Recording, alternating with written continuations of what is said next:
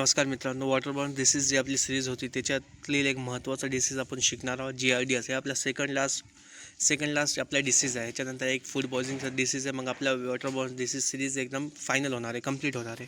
त्याच्यामधलं आता आपण GRDS म्हणजे GRDA इन्फेक्शन डिसीज पार्ट 1 आपण पाहणार आहोत. पार्ट 1मध्ये आपण काय पाहणार आहोत? जनरल इन्फॉर्मेशन ऑफ डिसीज म्हणजे सामान्य माहिती. नमस्कार मित्रांनो, MPW लर्निंग सेंटरमध्ये तुमचं मनपूर्वक स्वागत आहे. आज आपण वेक्टर डिसीज सिरीजमधील आणखी एक अत्यंत महत्त्वाचा विषय म्हणजे GRDS म्हणजे GRDA इन्फेक्शन शिकणार आहोत. आरोग्य विभाग भरती, MPW, health inspector, health supervisor तसेच इतर स्पर्धा परीक्षा या विषयावर नियमित प्रश्न विचारले जातात. आजच्या पार्ट 1मध्ये आपण जनरल इन्फॉर्मेशन ऑफ डिसीज म्हणजे रोगाची सामान्य माहिती सुविस्तर समजून घेणार आहोत. सगळ्यात अगोदर मित्रांनो, GRDS म्हणजे काय? GRDS हा जिआर्डिया लांबिलिया नावाचा प्रोटोझोआ एकपेशीय परजीवीमुळे होणारा वॉटरबॉर्न डिसीज आहे. हा परजीवी मुख्यतः लहान आतड्यात म्हणजे स्मॉल इंटेस्टाईन संक्रमित करतो. त्यामुळे अन्नातील पोषक द्रव्यांचे शोषण म्हणजे ॲब्झॉर्प्शन कमी होते आणि रुग्णांना जुलाब, पोटफुगी, वजन कमी होणे यासारखी लक्षणे दिसून येतात. या रोगाला GRDA इन्फेक्शन किंवा बिवेर फीवर असेही म्हणतात. असं याचं कॉझिटिव्ह एजंट काय, कारक जीव याचा काय आहे? सायंटिफिक नेम आहे GRDA लांबिया. याला पुढील नावानेही ओळखले जाते: GRDA इंटेस्टिनॅलिस, GRDA डोडेनालिस. म्हणजे लक्षात ठेवा, हा जीवाणू बॅक्टेरिया नाही आहे, हा जीवाणू व्हायरस नाही आहे, हा प्रोटोझोआ म्हणजे एक पेशीय परजीवी आहे. एक्झाम पॉईंट: GRDAचा कारक जीव GRDA लांबिलिया आहे.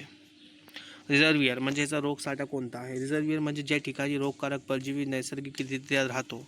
GRDSमध्ये रिझर्वियर म्हणजे संक्रमित मनुष्य, संक्रमित प्राणी, कुत्रे, मांजर, बिवेर इतर. सोर्स ऑफ इन्फेक्शन काय? रोगाचा प्रसार मुख्यतः खालील स्रोतांमधून होतो: दूषित पिण्याचे पाणी, दूषित अन्न, अस्वच्छ हात, संक्रमित व्यक्ती आणि म्हणजे संक्रमित व्यक्ती म्हणजे इन्फेक्टेड पर्सन, दूषित जलतरण तलाव म्हणजे swimming pool. Mode of transmission काय याचा? GRDAचा प्रसार मुख्यतः फीकोरल रूटने होतो, म्हणजे संक्रमित व्यक्तीच्या मलातील GRDA सिस्ट दूषित पाणी किंवा अन्नाद्वारे दुसऱ्या व्यक्तीच्या शरीरात प्रवेश करतात. प्रसाराचे प्रमुख मार्ग कोणते आहे? आता दूषित पाणी, दूषित अन्न, हात न धुता जेवण, व्यक्ती ते व्यक्ती संपर्क, दूषित तलाव, जलतरण तलाव. आता ह्याचं इन्क्युबेशन काय मित्रांनो? इन्क्युबेशन पिरियड आहे याचा GRDAचा इन्क्युबेशन पिरियड साधारणपणे 1 ते 3 आठवडे आहे, म्हणजे साधारण 7 ते 14 दिवस आहे. आता एक्झाम पॉईंट: GRDAचा सरासरी इन्क्युबेशन पिरियड 7 ते 14 दिवस असतो. लाईफ सायकल काय? जीवनचक्र काय? GRDAचे जीवनचक्र 2 अवस्थांमध्ये पूर्ण होते. सिस्ट म्हणजे संसर्गजन्य अवस्था, संक्रमित व्यक्तीच्या मलामध्ये सिस्ट बाहेर पडतात आणि सिस्ट दूषित पाणी किंवा अन्नामध्ये टिकून राहतात. आता थ्रोपोझॉईट म्हणजे सक्रिय अवस्था, म्हणजे दूषित पाणी अन्न सेवन केल्यानंतर सिस्ट लहान आतड्यात उघडतो, त्यातून थ्रोपोझॉईट बाहेर येते.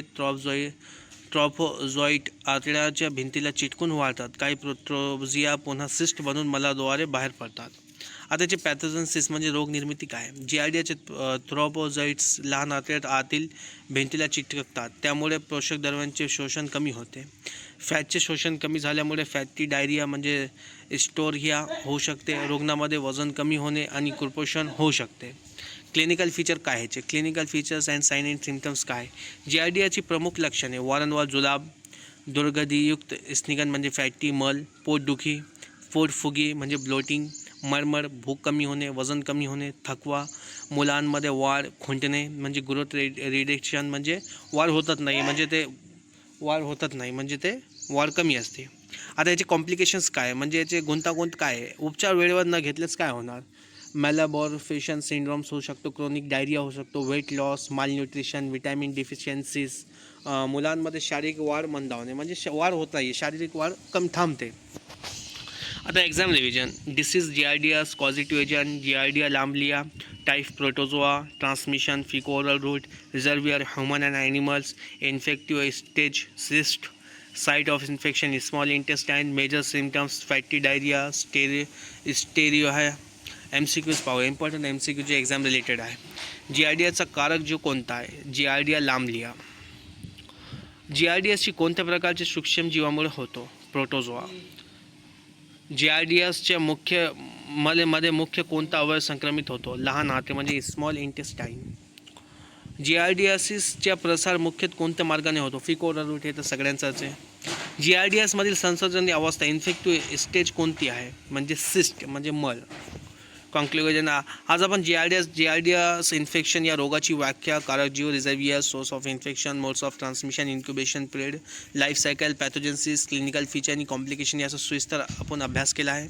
आता पुढील पार्ट 2 मध्ये आपण डायग्नोसिस, ट्रीटमेंट, प्रिव्हेन्शन, सर्व्हेलियन्स, मॉनिटरिंग आणि आउटब्रेक इन्व्हेस्टिगेशन आणि MPWची भूमिका सविस्तर शिकणार आहोत. तोपर्यंत मित्रांनो, जे आपण लेक्चर घेतलेलं आहे तर वॉटरबॉर्न सिरीजमधला हा आपला सेकंड लास्ट आहे, म्हणजे पुन्हा एक फूड पॉयझनिंग हे लास्ट आपलं लेक्चर राहिलेलं आहे. त्यामध्ये आता हे GRDSचं पार्ट 1 झालेलं आहे. ह्याला एकदम लक्ष करून तुम्ही स्टडी करा, अभ्यास करा.